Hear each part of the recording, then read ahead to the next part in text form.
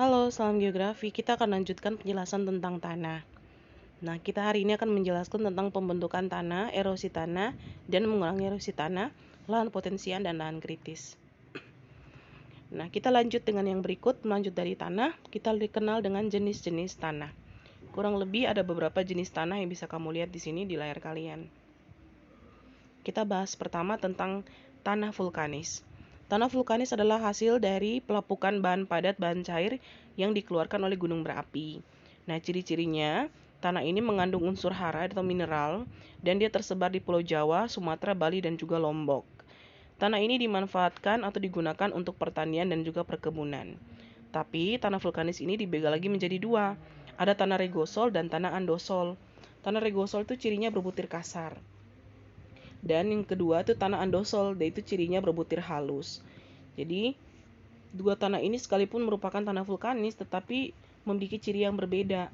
Tanah regosol itu tanah yang sangat subur sehingga cocok untuk ditanami.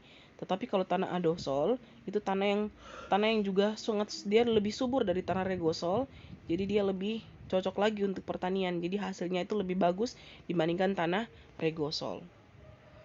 Yang kedua itu tanah aluvial, itu tanah yang berasal dari endapan lumpur yang dibawa oleh aliran sungai. Nah, tanah ini juga masih tergolong subur karena dia mengandung banyak air. Nah, biasanya tersebar di sepanjang aliran sungai dan dimanfaatkan untuk pertanian juga. Yang ketiga itu tanah gambut atau organosol atau tanah harawa. Nah, tanah ini biasanya berwarna hitam, dia memiliki kandungan air dan juga bahan organik yang sangat banyak, dan tingkat pH tanahnya itu juga tinggi. Dia miskin unsur hara, memiliki drainase yang buruk, dan pada umumnya dia tidak subur. Dan tersebar di Kalimantan dan Sumatera, Sumatera Selatan, Riau, Jambi, Papua, dan juga Papua di bagian selatan. Tanah ini dimanfaatkan untuk persawahan, penanaman palawija, dan juga tanaman perkebunan seperti karet dan juga kelapa. Yang keempat itu tanah potsolik atau tanah yang berwarna merah sampai kuning. Tanah potsolik itu terbentuk dari batuan kuarsa yang warnanya itu merah sampai kuning. Ya, kalau sudah warnanya sudah berubah warna seperti ini, otomatis pH-nya sangat asam. Banyak sekali kandungan bahan organik dan kandungan bahan organik dan unsur haranya itu sangat rendah atau sedikit. Dia tersebar di Sumatera dan Jawa Barat, Kalimantan, Sulawesi, Maluku, dan juga Papua. Tanah ini biasanya dimanfaatkan atau bisa ditanami tanaman karet, pinus, dan juga akasia. Yang kelima, tanah kapur atau Mediterania atau terra rossa. Nah, tanah ini pasti tingkat keasamannya lebih tinggi lagi karena berwarna sudah putih atau terang.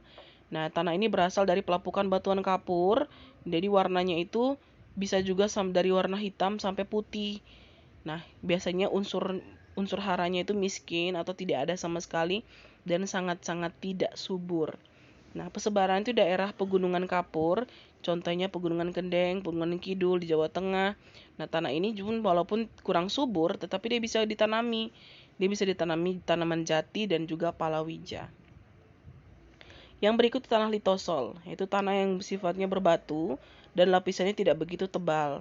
Dan dia itu berasal dari jenis batuan keras yang belum mengalami proses pelapukan secara sempurna, sehingga sukar ditanami. Kenapa? Karena banyak sekali batuan di dalamnya, sehingga tumbuh-tumbuhan akan susah dalam merembeskan akarnya. Kenapa? Terlalu banyak sekali batu yang belum mengalami proses pelapukan.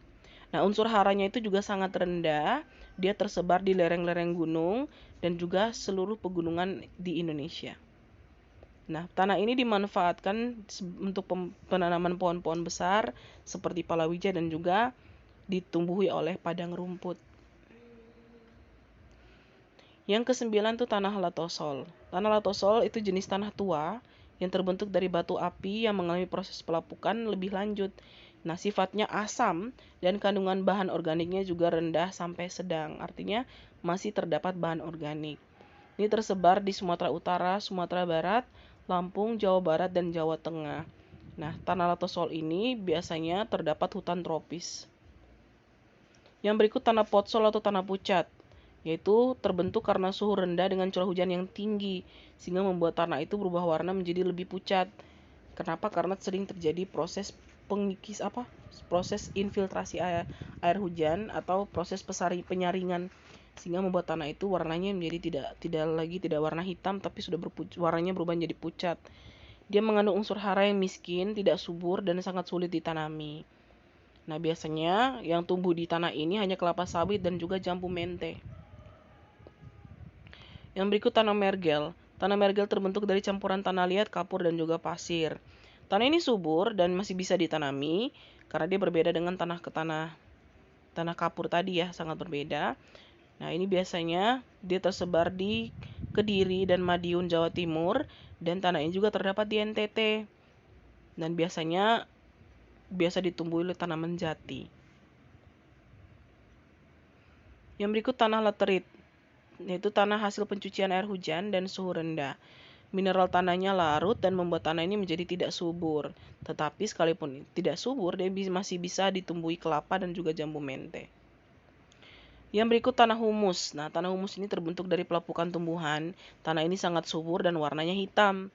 Dia biasanya tersebar di bawah batuan-batuan dan tumbuhan lebat di hutan tropis.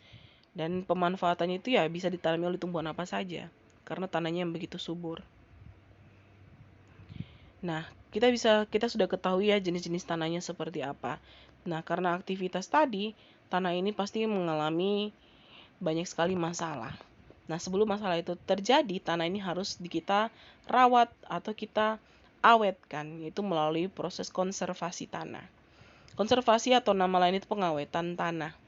Itu di mana upaya pemanfaatan tanah dalam usaha tani dengan memperhatikan kualitas tanah untuk hasil yang optimal dan juga lebih lestari. Jadi tujuan dari konservasi tanah ini untuk mencegah kerusakan tanah, memperbaiki tanah yang rusak, mengamankan dan memelihara produktivitas tanah, dan meningkatkan produktivitas lahan usaha tani, tapi mengurangi resiko yang buruk atau merusak tanah. Nah, dari konservasi tadi, kita kenal adanya lahan potensial dan lahan kritis. Nah, lahan potensial itu adalah lahan yang produktif. Itu lahan yang dapat dikelola manusia dengan biaya yang rendah untuk hasil yang melimpah, yaitu di mana merupakan tujuan utama dari pertanian. Tetapi, lahan ini pun terdiri atas beberapa jenis lagi. Ada namanya lahan kering dan juga lahan basah. Pemanfaatan lahan potensial di lahan kering, yaitu seluruh daratan di permukaan bumi yang tidak tertutup air, yang dapat digunakan untuk usaha pertanian yang bergantung pada air hujan. Nah, jadi lahan kering ini dibagi lagi menjadi dua.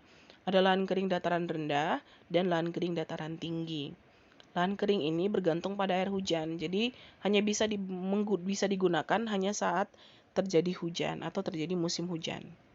Nah, kalau berbeda dengan lahan basah ini lahan yang tertutup sebagian besarnya tergenang oleh air atau dialiri air yang mengalir.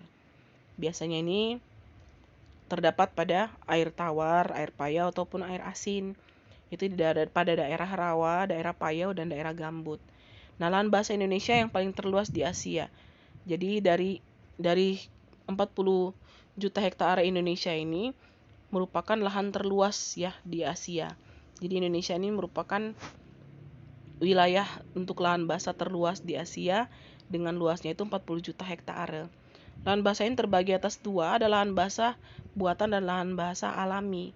Lahan basah ini berfungsi untuk penyedia pasokan air tawar sebagai bahan makanan dan bangunan, tempat keanekaragaman hayati, pengendali banjir, resapan air tanah, dan juga sebagai mitigasi perubahan iklim. Selain lahan potensial, ada lahan yang merupakan suatu masalah dari tanah yang kita kenal dengan lahan kritis. Lahan kritis biasa berhubungan dengan masalah degradasi tanah.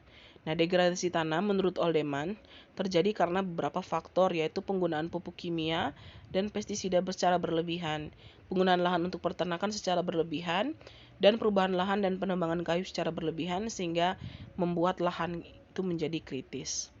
Nah, lahan kritis ini merupakan dampak dari lanjutan degradasi tanah tadi. Nah, karena lahan telah mengalami kerusakan sehingga kehilangan atau berkurangnya fungsinya sampai pada batas ditentukan atau diharapkan. Artinya bahwa tanah itu sudah pada fase yang paling akhir, yaitu di mana sudah difungsikan habis-habisan sehingga membuat tanah ini menjadi kritis. Nah, apakah akan dibiarkan begitu saja? Tentu saja tidak. Lahan kritis ini harus dilakukan penanggulangan. Seperti apa contohnya? Yang pertama yaitu optimalisasi pemanfaatan lahan untuk usaha yang produktif. Artinya menggunakan lahan dengan dana yang rendah dan penggunaan yang alami, tapi untuk jangka waktu yang lama. Terus yang kedua, rehabilitas mangrove, rawa, dan gambut. Nah, ini mulai digalakan lahan basah tadi, supaya apa lahan kritis ini bisa kita kurangi. Yang ketiga, penghijauan, reboisasi, dan reklamasi. Yang keempat, pembangunan bangunan konservasi tanah seperti sumur resapan dan embung air. Dan yang kelima, gerakan penanaman 1 miliar pohon. Seperti yang kalian tahu, lahan kritis ini juga salah satunya karena penebangan liar, yang membuatkan hutan itu menjadi gundul dan dibiarkan begitu saja. Jadi dengan cara yang kelima, yaitu penanaman 1 miliar pohon. Oke, terima kasih atas perhatian kalian. Siapkan diri untuk ulangan. Jadi ini pertemuan terakhir kita untuk KD 3.5. Salam geografi dan terima kasih.